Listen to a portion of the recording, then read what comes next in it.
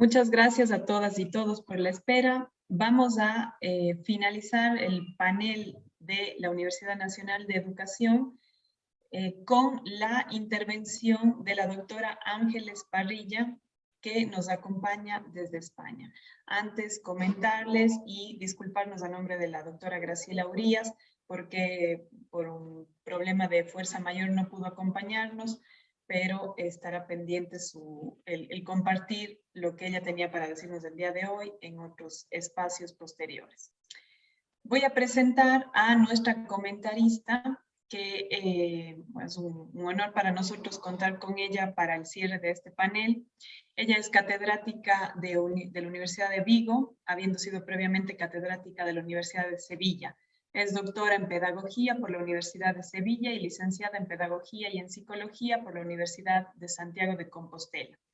Fue orientadora educativa antes de unirse a la universidad a finales de los 80. Tiene una amplia trayectoria como investigadora en el campo de la inclusión. Su línea de investigación se centra en la llamada investigación inclusiva, en la investigación participativa, narrativa y en los modelos de investigación comprometidos con la mejora y transformación social y educativa. En los últimos 10 años ha dirigido y coordinado 4 proyectos de investigación competitivos en el ámbito de los procesos de exclusión e inclusión educativa y social que han abordado el estudio de los procesos de exclusión educativa y la construcción de comunidades sociales y educativas inclusivas, siempre con la implicación de los participantes en las mismas. Es directora y fundadora del Grupo de Investigación en Colaboración para la Inclusión Educativa y Social de la Universidad de Vigo. Directora del Programa de Doctorado Interuniversitario en Equidad e Innovación en Educación, directora del Departamento de Didáctica, Organización Escolar y Métodos de Investigación de la Facultad de Ciencias en la Universidad de Vigo. Ha sido gestora del Plan Nacional de Investigación del Ministerio de Ciencia e Innovación. Ha recibido diversos premios en reconocimiento a su labor investigadora en torno a la educación inclusiva, como la Medalla al Mérito Profesional en Portugal y el Premio de Investigación Pontevedreses del año 2016. Damos paso a la doctora Ángeles Parrilla con su espacio de cierre, comentario y conclusión. Muchas gracias, Ángeles. Bueno, buenas tardes, buenos días a todas las personas que asisten a este simposio. Quiero empezar agradeciendo a la doctora Gabriela Guillén la presentación que me ha hecho y quiero agradecer especialmente a la UNAE el que haya contado conmigo para esta sesión, dado que entiendo que mi participación en la misma no es meramente casual, sino que tiene que ver con que pues hace unos años participé con el profesor José Ignacio Herrera en el diseño de la carrera de educación especial que pensábamos que iba a ser de educación inclusiva y también en la maestría posteriormente de educación inclusiva. Creo que eso es los méritos que me han traído hasta aquí. Bueno, ha sido un placer realmente el escuchar a los compañeros que me han precedido. He aprendido muchísimo, me ha servido muchísimo para conectar otra vez con la realidad ecuatoriana, para ver un poco el desarrollo de esos procesos en los que estuvimos tan implicados. Y bueno, pues ya he dicho que parto de la base de que he aprendido mucho esta tarde y que me han parecido magníficas las 3 presentaciones que ha habido previas, porque si han tenido algo destacable es cómo se han complementado, ¿no? Bueno, pues desde la intervención del doctor Germán sobre la interculturalidad e inclusión, la del profesor José Ignacio Herrera, planteándonos esta pregunta de si educación o inclusión o interculturalidad, y luego el desarrollo de la investigación en la práctica como un ejemplo de este tipo de planteamientos, a dónde nos pueden llevar y cómo podemos intentar desarrollarlos. Por lo tanto, bueno, yo creo que me lo han puesto muy fácil.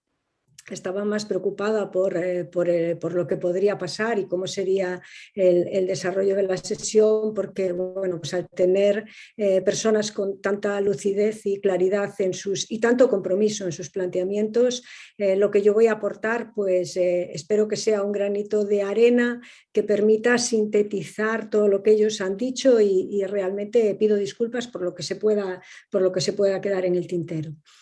Yo había partido de una serie de preguntas, si me pueden pasar la diapositiva, por favor, porque he tenido problemas. Había partido de una serie de preguntas que tenían que ver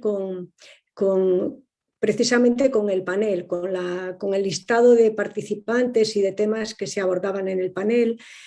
No me voy a atrever a dar respuesta a todas ellas, además también ha faltado una presentación en el mismo, pero sí que quiero hacer esta idea de que más que un resumen diciendo aportación 1, 2 y 3, mi planteamiento era, podemos responder a esta primera pregunta, educación inclusiva versus educación intercultural, ¿qué relación hay entre ellas? Espero que pueda responder a esto o bueno, pues que hablemos un poco de esto. ¿Qué podemos aprender del desarrollo de la educación inclusiva e intercultural? ¿Qué nos dicen los estudios previos sobre formación de profesorado? De esto hemos hablado menos. Sí hemos podido ver qué nos dice el modelo formativo de la UNAE, qué impacto puede tener en la investigación y la formación de una carrera docente con orientación inclusiva y qué tensiones surgen en esa formación docente en el Ecuador. Si pasamos a la siguiente diapositiva, ya no tengo más, tenía interés en después de oír lo que se estaba planteando, me parecía que podíamos empezar a contestar a varias de esas preguntas con este cuadro, que es un cuadro de elaboración propia adaptado de una propuesta inicial de un sociólogo, de Fernández Enguita. A mí me gustaría, creo que se ha dicho esto esta tarde, a mí me gustaría que este cuadro nos permita entender el por qué nos planteamos este dilema entre educación intercultural, educación inclusiva, educación especial, y nos lo planteamos básicamente porque el recorrido histórico que ha hecho el profesor Germán y también el profesor José Ignacio, ese recorrido histórico nos permite ver cómo venimos de una trayectoria, no solo en Ecuador, sino a nivel internacional, muy segregadora, de estudios muy atomizados, de disciplinas y de campos científicos muy independientes unos de otros. De tal manera que la respuesta escolar a la diversidad ha sido casi una mimética de la respuesta social a la misma y ha sido una respuesta que ha pasado por varias etapas, y a mí me gustaría después hablar un poco de dónde estamos, desde a pesar de la dificultad que tenemos en este momento para avanzar. Yo creo que podemos ver cómo ha habido ha habido una etapa de exclusión social, de exclusión total, de negación del derecho a la educación, y esto ha ocurrido en las personas que pertenecían a clases sociales desfavorecidas, en personas en función de su género, en función de la etnia o de la cultura que tanto hemos nombrado hoy aquí, o en función de su capacidad o discapacidad, ¿no? Esta etapa tiene su explicación en algo que a mí me parece que es muy interesante para entender por qué la escuela se resiste tanto o nos resistimos tanto al cambio.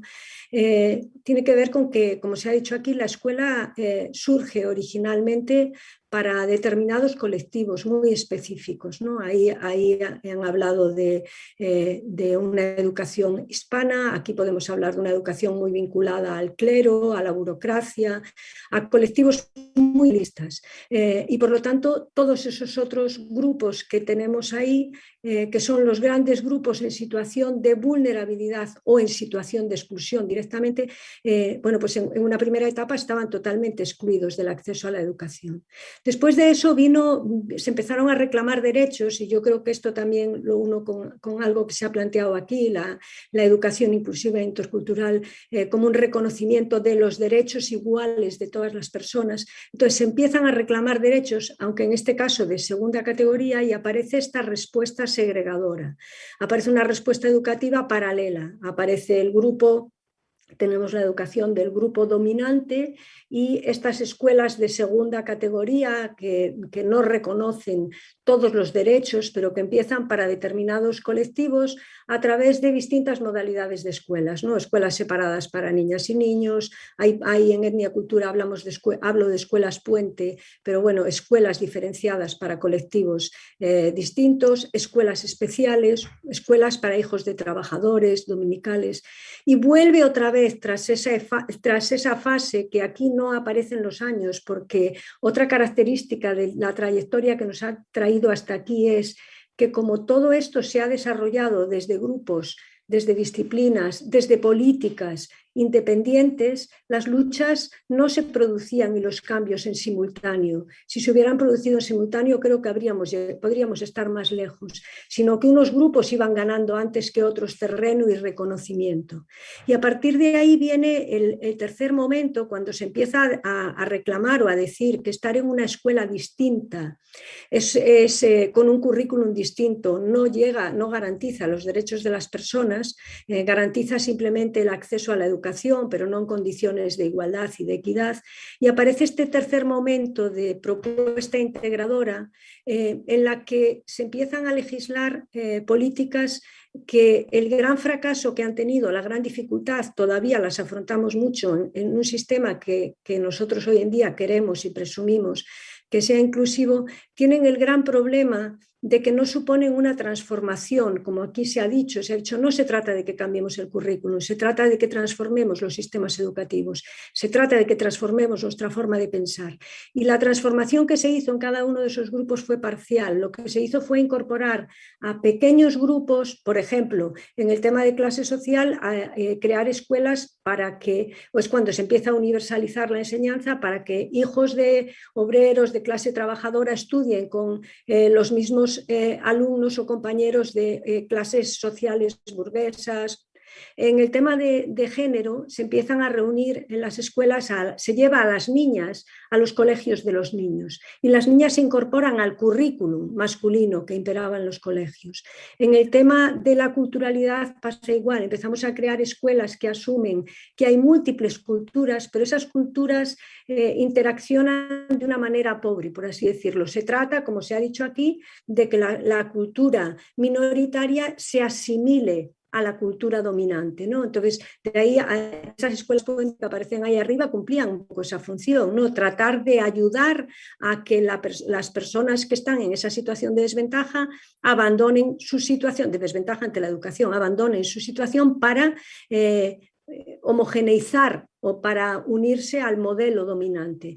Y en el tema de la discapacidad pasa igual, consiste en que las escuelas abren sus puertas a alumnos con necesidades educativas especiales, alumnos con discapacidad, pero estos alumnos no son más que un número más dentro de la escuela. Yo utilizo muchas veces una imagen que es el aula no puede ser 23 más 2, el aula no puede ser 38 más 2, el aula, y este es el modelo integrador. Es un modelo en el que tratamos de incorporar a los que vienen de fuera a nuestra situación y en el caso de que tengan dificultades para incorporarse, creamos un mundo paralelo para ellos.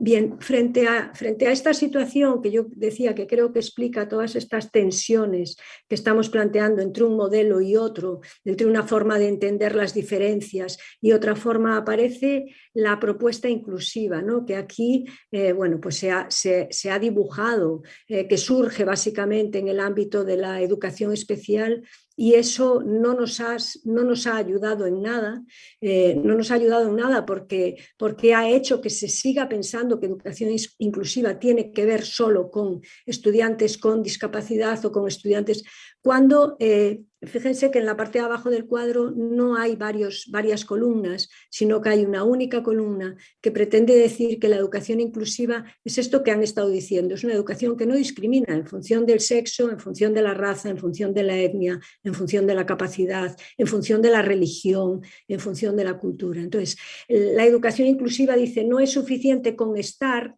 que decía que fue el principal problema de la integración, el entender que con estar los alumnos diversos, que pertenecen a, pues eso, a una cultura indígena o que pertenecen a un grupo de capacidad diferente, que con estar en el aula ya se va a producir ese proceso integrador, sino que aquí se dice no es suficiente con estar, hay que participar.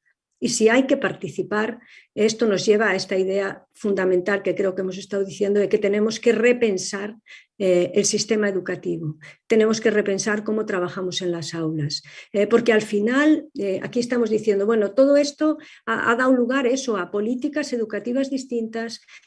Aquí se nos ha hecho, a mí me ha gustado mucho este recorrido sobre la legislación ecuatoriana, de cómo se iba incorporando la cultura indígena, y refleja muy bien, en este momento hay una ley que hace referencia a interculturalidad, hay otra normativa que hace referencia a inclusión de estudiantes con discapacidad. Esto refleja que todavía estamos en este momento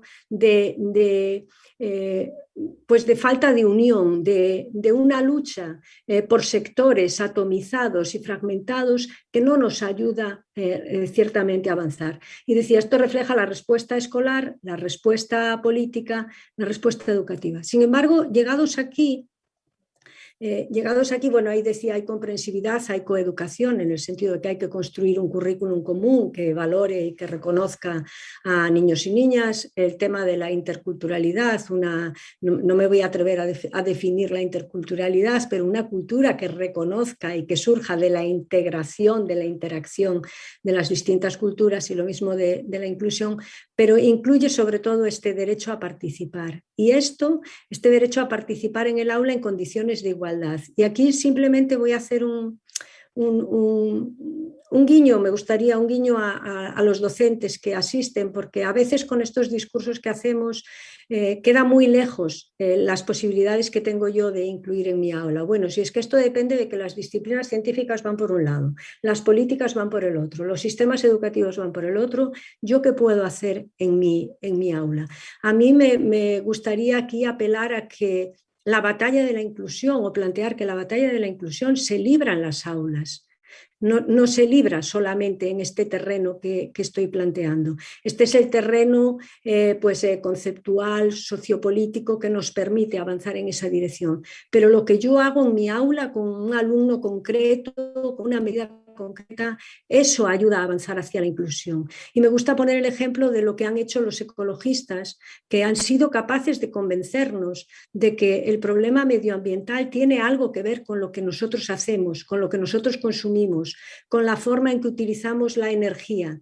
Y hace unos años yo recuerdo que pensábamos que ese era un problema de políticas transnacionales, y ahora somos conscientes de que cerrando el grifo, de que utilizando podemos contribuir al medio ambiente, pues a frenar ese deterioro. A mí me gustaría apelar a esta idea de que en el aula, con nuestras intervenciones, o sea, tenemos que pensar globalmente, cierto, pero tenemos que actuar localmente. Y creo que es esto algo que se ha dicho hoy también aquí, que tiene que ver con que lo que hacemos en nuestras prácticas de aula, lo que hacemos en nuestras prácticas con nuestros compañeros, con nuestras familias, con el entorno social, o incluye o excluye. No hay prácticas y modos neutrales de comportarse. Cuando yo no le hago caso a un niño, o cuando yo ignoro una situación, me estoy situando, estoy actuando de tal manera que estoy provocando procesos de exclusión, porque la exclusión es marginación, es olvido, es ocupar un lugar secundario ante los derechos y ante las necesidades de las personas. Entonces, a mí me gustaría también plantear que este lado más personal y a la vez político de la inclusión, que tiene que ver con que como educadores tenemos que tomar postura y tenemos que ser claros de que con nuestra actuación estamos avanzando en una dirección o estamos avanzando en la otra. Bueno, además de esto, tenía algún par de ideas que me gustaría resaltar en relación a la formación inicial, aunque hemos hablado menos, pero bueno, pues sé que decía que aunque ha sido el ejemplo de investigación muy bueno para ello, sé que decía que hay mucho docente presente, a mí me gustaría dar hacer algunas propuestas o dar algunas ideas básicas que creo que tienen que ver con lo que hemos visto aquí, tanto en la formación inicial de docentes como en la formación con nuestros estudiantes en la escuela. Tenemos que transversalizar lo intercultural y lo inclusivo. Tenemos que entender que no son conceptos, decía, contestando a aquella pregunta, no son conceptos excluyentes entre sí, son conceptos que forman parte de un mismo todo, ¿no? Yo creo que este cuadro que hay aquí trata de reflejar eso. Son complementarios, van en la misma dirección. Lo único es que el foco, por así decirlo, de estudio y de análisis en un caso se pone en un determinado tipo de cuestiones y en el otro en la otra, pero exactamente lo que se persigue es una educación de calidad desde los principios de equidad para todas las personas. Entonces, impregnar nuestra educación de estos principios. Yo creo que sí que se ha planteado aquí, y sé que tengo que ir terminando, sí que se ha planteado aquí que tenemos un sistema formativo no dual, sino un sistema formativo. Tenemos una carrera de educación especial, tenemos una carrera de intercultural. Entonces, esta es una cuestión sobre la que yo creo que también tenemos que reflexionar, ¿no? Tenemos que pensar si no tiene que haber de base, o si esas distintas carreras no tienen que tener un fuerte tronco o rama común que permita esa transversalización que decíamos. Y después me gustaría señalar algo que ha salido poco, pero que esperaba que saliera, y como tengo la palabra ahora, lo voy a citar. Yo creo que hay que poner realmente en valor que es ese modelo pedagógico de la UNAE, de cómo integra los conocimientos de distintas materias con la práctica diaria de las escuelas. Yo creo que si a mí me dicen que para hacer inclusión en la universidad que haga una única propuesta, y yo iría a esta propuesta de trabajar en contacto con la realidad, sobre casos y situaciones concretas, teniendo ese feedback, esa ida y vuelta continua entre la teoría y la práctica. Y yo creo que un problema que hemos tenido muy serio con la inclusión ha sido que hemos desarrollado una cabeza muy grande, conceptual, con una base práctica muy, muy pequeña, con unos pies muy pequeños. Entonces, yo creo que desde la universidad tenemos esa necesidad y ese compromiso de formar a estudiantes para el contexto en el que van a trabajar, sobre situaciones y contextos en los que van a estar.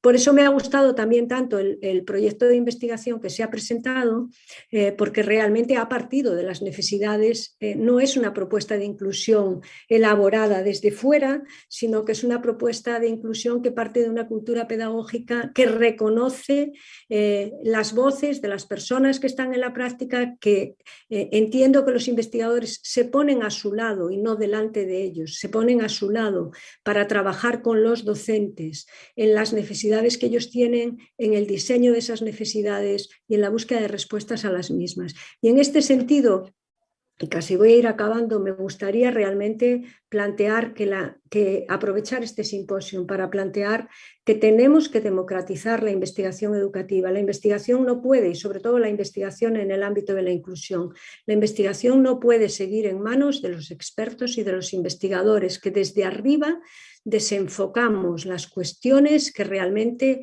preocupan y que necesitan rápida intervención, rápida o intensiva intervención en las escuelas.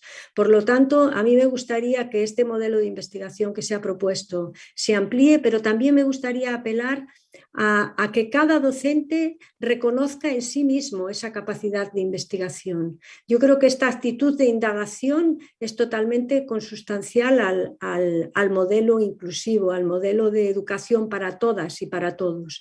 Entonces, casi que me gustaría ir terminando. Sé que se me han quedado muchísimas cosas. Realmente ha sido una experiencia y un panel, yo creo que muy intenso y rico. No sé si hay posibilidad de volver a verlo. Yo he encontrado en él hasta material para mis propias clases, para mis propios alumnos, y realmente me ha parecido una idea original, muy original, el que se plantee este doble juego entre educación intercultural, educación inclusiva e investigación y formación. Yo creo que se han unido 4 pilares que son totalmente fundamentales en este trayecto en el que entiendo que todos los que estamos aquí estamos implicados. Veo la hora y sé que me tengo que callar, así que doy las gracias y ojalá que podamos seguir conversando. Para mí será un placer el haber descubierto, el haber encontrado a antiguos amigos y compañeros de trabajo y el haber, porque también a la coordinadora a Gabriela también la conozco, tengo experiencia previa con ella, pero no conocía ni a Vilma ni a Germán y realmente pues ha sido un placer encontrarnos con ellos, creando esta comunidad de aprendices en el ámbito educativo que creo que tenemos que crear. Muchas gracias.